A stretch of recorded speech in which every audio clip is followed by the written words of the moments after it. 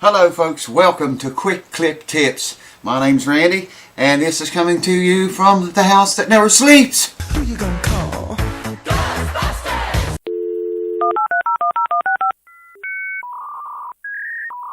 Alright folks, welcome back to another version of Quick Clip Tips. I'm going to get this series started back again. I keep getting it started and it keeps losing out and getting wrapped up in repair work and forget about it. And before I know it, it's over with, past. So we're going to get back into it. Quick clip tips. You got to say that 10 times fast. You got to do it. Try it. 10 times fast. Quick clip tip. Do it! Alright, well we've talked about guitars. This is mostly about acoustic guitars, by the way, though it somewhat applies to some electric guitars too. Semi-hollow bodies and hollow bodies. And even electric guitars with rosewood fretboard or ebony fretboards. You know, something that's not a maple finished fretboard. Those you don't have to worry about so much. But we're mainly talking about acoustic guitars here, and this quick clip tip is mainly focusing on guitars that are over humidified. Now we haven't talked about that very much. A whole lot of the same things can happen to your guitar if you over humidify. That happens if it dries out, oddly enough. Some of them are different, you know, it depends on a lot of things. Whether the guitar has stress on it over the time it dried out or it got over humidified. By stress I mean whether it has strings on it or no strings, whether it's tuned up to pitch or loosens strings. There's a whole bunch of variables with this stuff. But you know, basically a guitar that's over humidified, okay, that means there's too much moisture content in the wood of that guitar. So what's that do? What's that tell us? Well, it swells that wood up. The body, everywhere that's open grain, like the inside of the guitar, that's how a means of controlling the moisture content of the wood of that guitar. And like I say, if it's over humidified, it swells up, because that wood to swell up.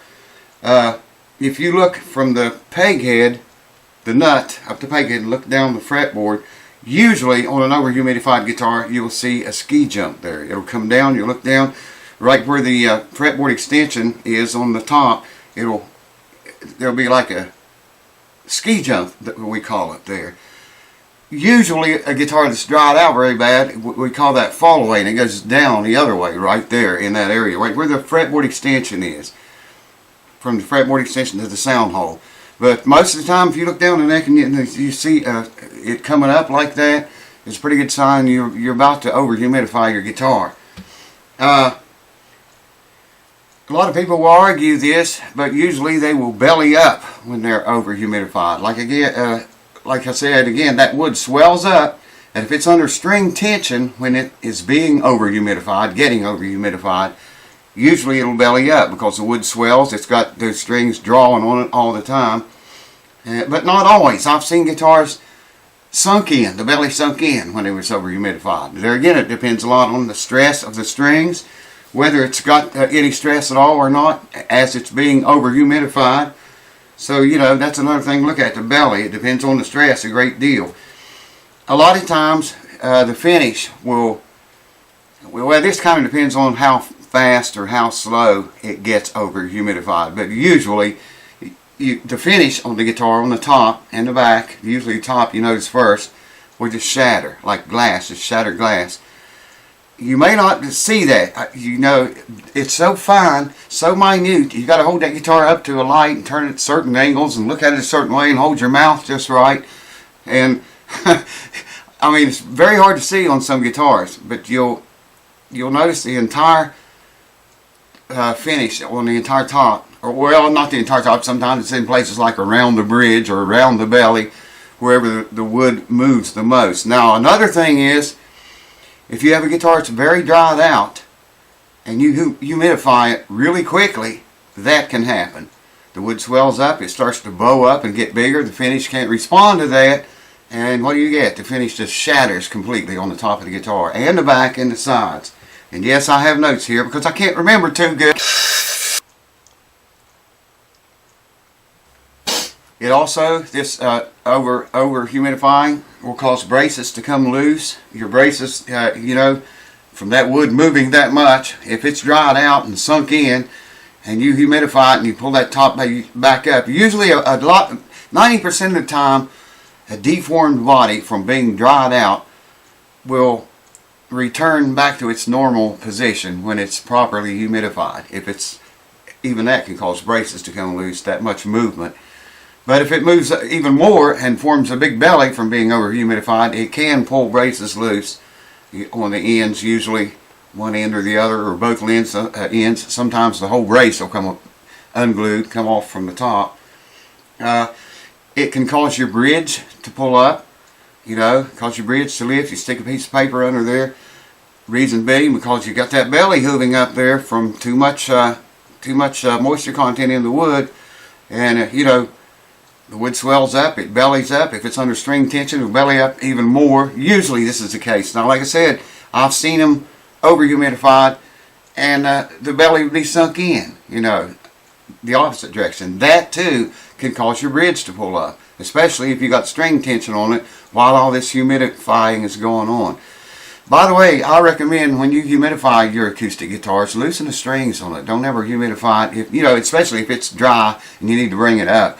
45 to 55% is what you want the moisture content in the wood to be. Now I've got videos on that. Put a hygrometer inside the guitar and leave it a couple days or 3. You're not going to get a reading of the moisture content in that wood if you leave that in there 12 hours or 8 hours or 24 hours. You're probably not going to get a good accurate reading of the moisture content in the wood. What you're going to read is the moisture content inside that box. I've got all kind of videos. I've preached it for years. Watch those videos. You want to read the moisture content of the wood. And they make tools that do that, instruments. Every time I turn the camera on, I can't think of it. They're expensive. A good one that's very accurate is pretty expensive.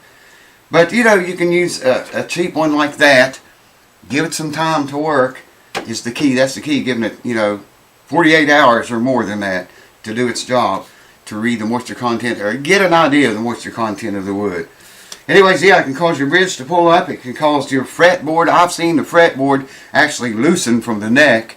I got videos about that. It's an old, it's an arch top guitar. I can't remember the name, but I got videos showing you it. That guitar in that case was dried out. But like I said in the beginning of this video, a lot of problems that happen from over humidification are the same problems happen under humidification. Usually under humidified, dried out, you get a lot of cracks, in the body. Now, not so much, when it's over humidified. The body doesn't tend to crack. It can. I've seen that happen. But usually they only crack when they're drying out and not over humidified. But they swell up and get really big and heavy. I've got a Martin Dan Tominski model custom guitar.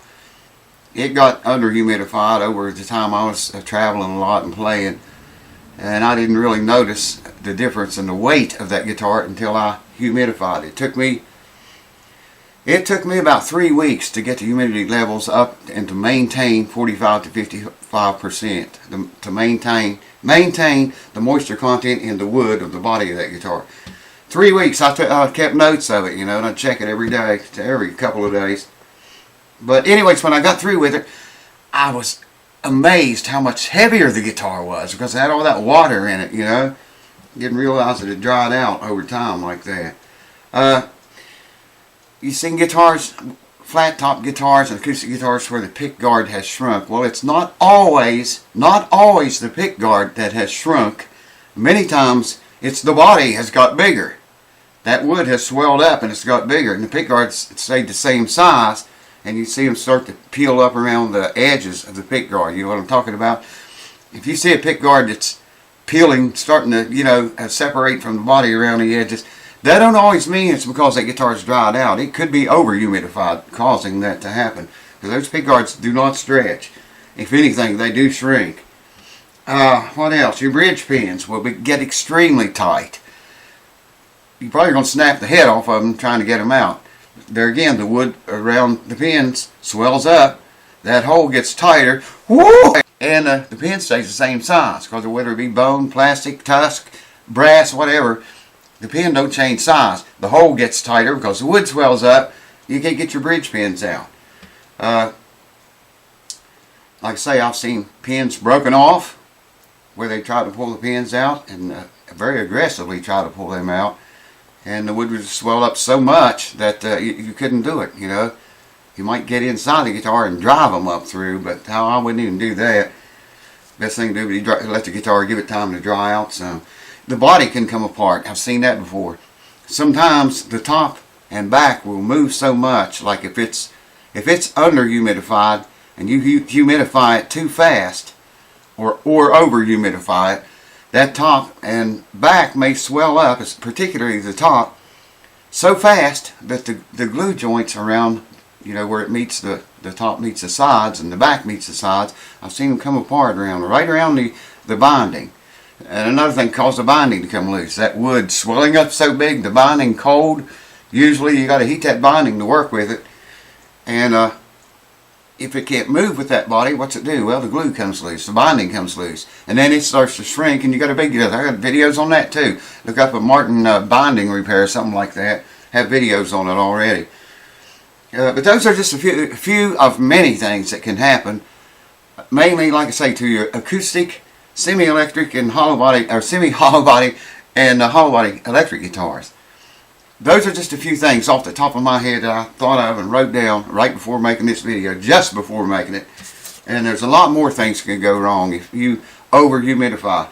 Just get you one of these. It's simple, man. Get one of these and get something to put over your sound hole or your F holes, and put that inside the guitar. Of course, you can't get that inside of a guitar with F holes, but I don't know how you would read inside one of those. I never thought about that, reading the moisture content of the wood inside of a semi-hollow body or hollow body with F holes. Got to think on that one. Anyways, acoustics is what we're mainly talking about here. Put you a hygrometer inside the guitar, cover the hole with something that will not absorb moisture, and leave that for 36, even 48 hours. Give it time to read, get a good reading, not just the moisture, humidification in the box, but the moisture content in the wood. 45 to 55% all of the time. Try to maintain that.